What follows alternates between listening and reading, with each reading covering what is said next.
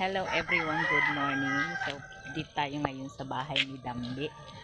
May ihahatid naman tayong biyaya pang bili ng seafarling ni Dambi. Kasi ang ang binili niya is kahoy. So, hindi siya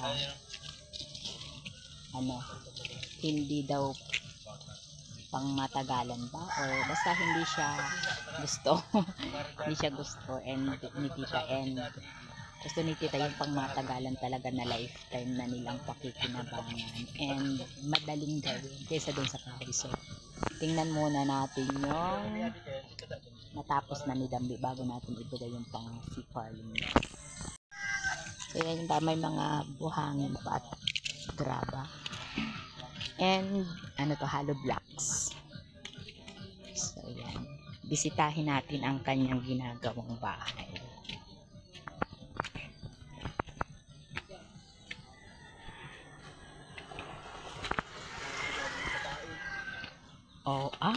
Mataas na. Buo na. Ayan na yung kahoy. Ito na-deliver na yung kahoy.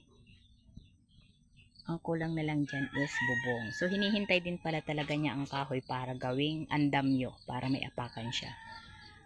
Pagbubong. So, yan. Okay na. Na.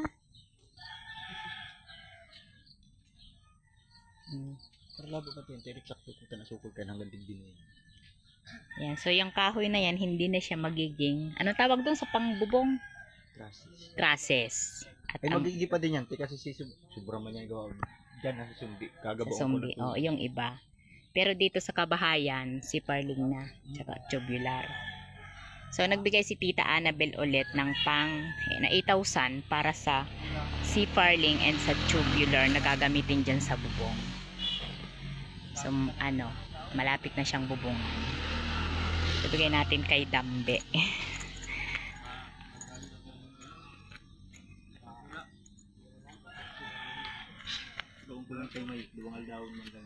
Ito yung pang seafarling mo.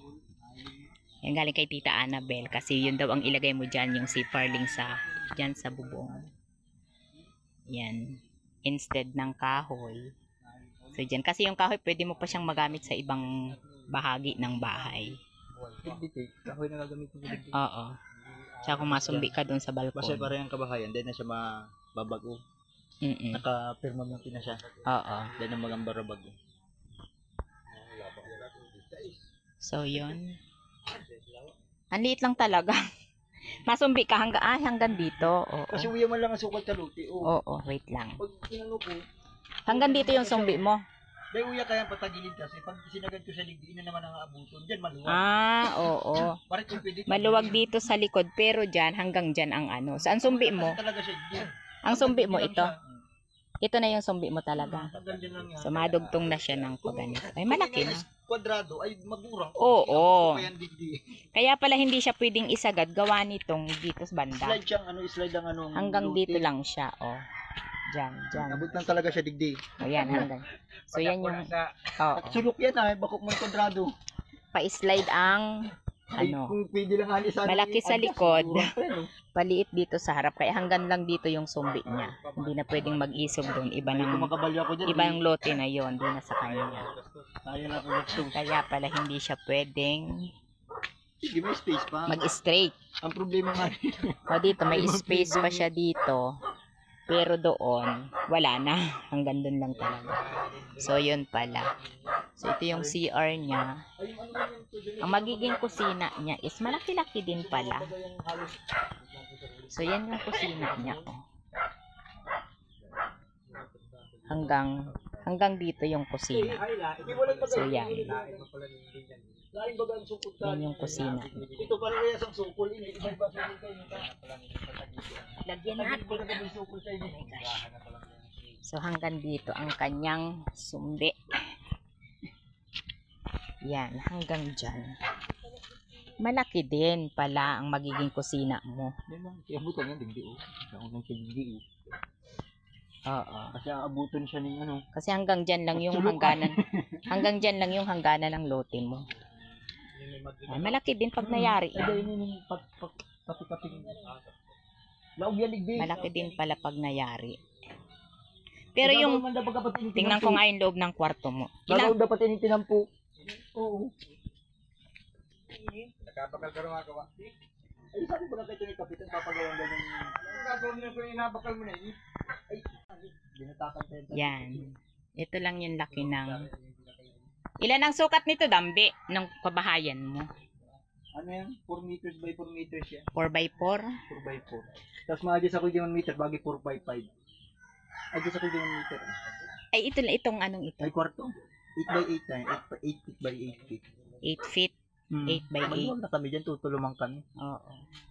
So, malaki-laki na yung kusina mo. Tapos masumbit na Okay naman na, dyan. Didiretso oo. ko na yan duman.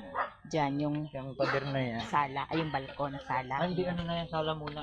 Oo, Tapos yung sa sala. baba. Tindahan. O, pwede na doon magnegosyo. O, malaki din ito pagkayari pala.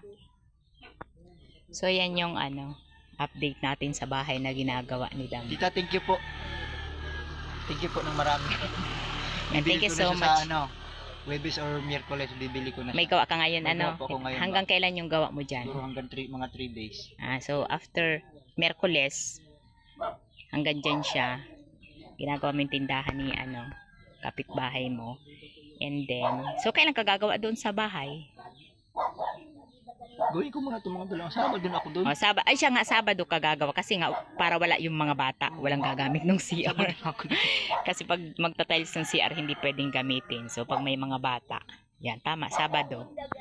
Yan, so yan lang. Thank you so much, Tita. Thank you sa mga Tita, thank mga you po. tulong, sa mga bigay mong tulong talaga, financial and support.